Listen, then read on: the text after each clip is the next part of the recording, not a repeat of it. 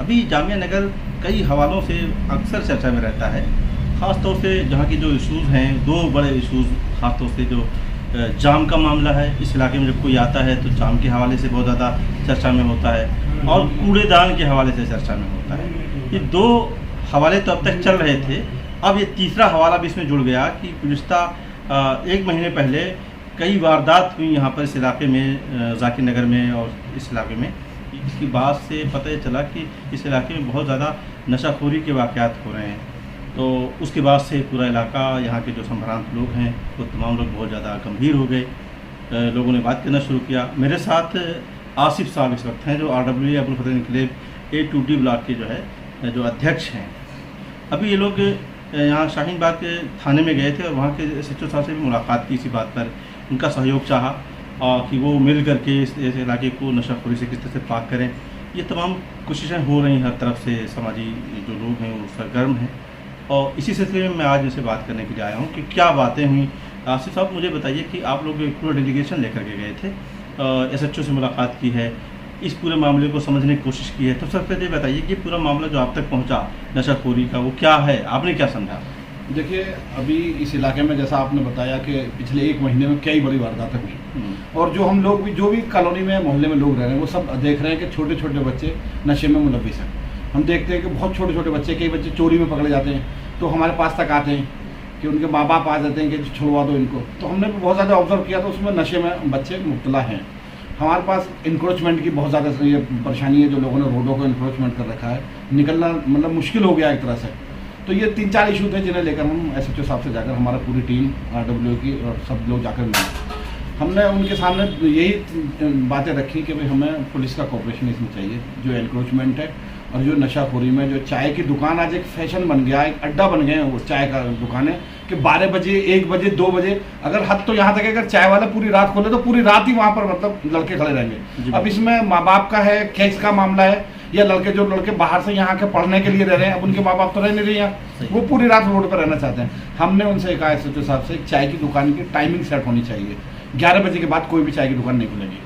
अगर किसी को चाय पीनी है तो अपने घर पिए, मोहल्ले पाक साफ रहने चाहिए। 11 बजे के बाद कोई भीड़ मोहल्ले में नहीं है। तो उन्होंने हमें तो कहा कि 11 बजे के बाद कोई भी दुकान नहीं खुलेगी। हमने उनसे कहा कि एनक्रोचमेंट, हम जितने भी ठेली वाले, रेहड़ी वाले, हम किसी को कोई परेशान नहीं करना चाहते, लेकिन उनसे भी किसी को परेशान न हो, हम ये भी चाहते हैं। वो अपनी ठेलियों को जहाँ मोड़ है, जहाँ पे ज़्यादा ट्रैफिक है, वहाँ नाका लगा करें, मूवमेंट रखें, अपना बेचें, हमें कोई एतराज़ नहीं उनके बेचने पे। लेकिन जम के खड़े हो गए, किसी ने अगर 2 दिन लगा ली तो फिर उसकी परमानेंट जगह हो गई, ये सब गलत है रोड पे, ऐसा नहीं होना चाहिए।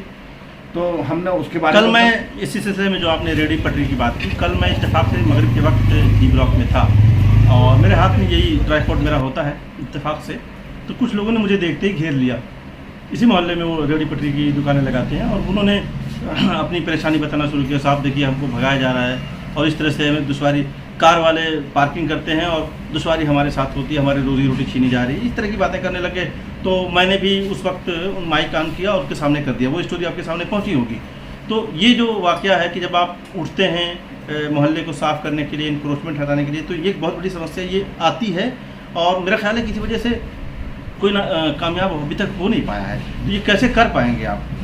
जी अशरफ भाई, मैंने वो आपकी वीडियो देखने के बाद मुझे बड़ा अफसोस हुआ और मैं पर्सनली उस आदमी से जाके भी मिला कि तुम 20 साल से इस मस्जिद के नीचे परमानेंट एक अपनी दुकान की तरह बना के बैठे हो, तुम्हें किसी ने परेशान नहीं करा। कैमरे पे आके तुम पैसे की बात कर रहे हो कि पैसे मांगते हैं मुझसे, पुलिस मांगती है, कौन मांगता, लाओ उसका नाम बताओ हमें। बिल्कुल साफ मुँह करके वो आदमी, वो भागने की बातें करता, आप उसकी दोबारा इंटरव्यू ले लो, परमानेंट उसका ठिया बना हुआ, उसे किसी ने नहीं छेड़ा। हमने किसी भी ठेले वाले को, किसी को भी इस तरीके से तो परेशान नहीं किया जिस तरीके से वो लोग। ये गरीबी के आड़ लेके ये नहीं चलेगा कि आप रोड घेर के बैठ जाओ। हम खुद गरीबी से ही निकल के आए और गरीबी में ही, हमको ऐसा नहीं है कि हम बहुत मालदार आदमी हो गए तो हम किसी भी, हम भी कहीं और किसी हाईफाई इलाके में चले जाएंगे। हम उनका भी दर्द समझते हैं, जो यहाँ के रेजिडेंट्स हैं, लोकल रेजिडेंट्स हैं, जिन्होंने हमें चुना या जिन्होंने हमें अपनी परेशानियों के लिए हमें अपनी चुना है, तो हमने उनको भी देखना। एक चीज़ ये बताइए कि बतौर अध्यक्ष, आप यहाँ के अध्यक्ष हैं इस RWA के और काफ़ी दिन हो गया आपको जिम्मेदारी संभाले हुए, यहाँ के क्या कोर इशूज़ हैं? सबसे बड़ा मेन इशू जो एनक्रोचमेंट का है, सबसे बड़ा इशू जो है वो एनक्रोचमेंट का है। और दूसरा इशू ये सफाई का है, जिसमें हम लगातार उसकी कोशिश कर रहे हैं और खड़े भी उतर रहे हैं। हमने यहाँ जितने भी गेट हैं उनके ब्यूटिफिकेशन पर काम शुरू कर दिया। हमने बहुत सारे पौधे लगवाए। हमने एक बिल्कुल जो डेड पार्क पड़ा हुआ था बच्चों के लिए, आप कभी उसकी पार्क की स्टोरी करो, और हमने उसको बिल्कुल मतलब परमानेंट गार्ड बिठा दिया उस पर, उसी एक टाइमिंग सेट कर दी है, उस पर कोई भी गैर आदमी अंदर जाएगा ही नहीं सिवाय बच्चों के, और उसकी पूरी तरीके से देखभाल गार्ड को हमने वहाँ रख दिया। पार्क चल रहा है अल्हम्दुलिल्लाह। और जितने भी ये इशू हमारे लिए कोई चैलेंज नहीं है इतना बड़ा कि हम इन्हें नहीं कर सकते। RWA का आपका जो कैंपस है जी, उसकी क्या सरगर्मियाँ हैं, अगर ये कहा जाए कि सोसाइटी के लिए वो कितना देखिए सोसाइटी के लिए कोई भी अगर पब्लिक की कोई प्रोग्राम किसी भी तरीके का दीनी हो या मजहबी प्रोग्राम हो या किसी भी तरह का मुस्लिम हो, वो 24 घंटे खुला हुआ।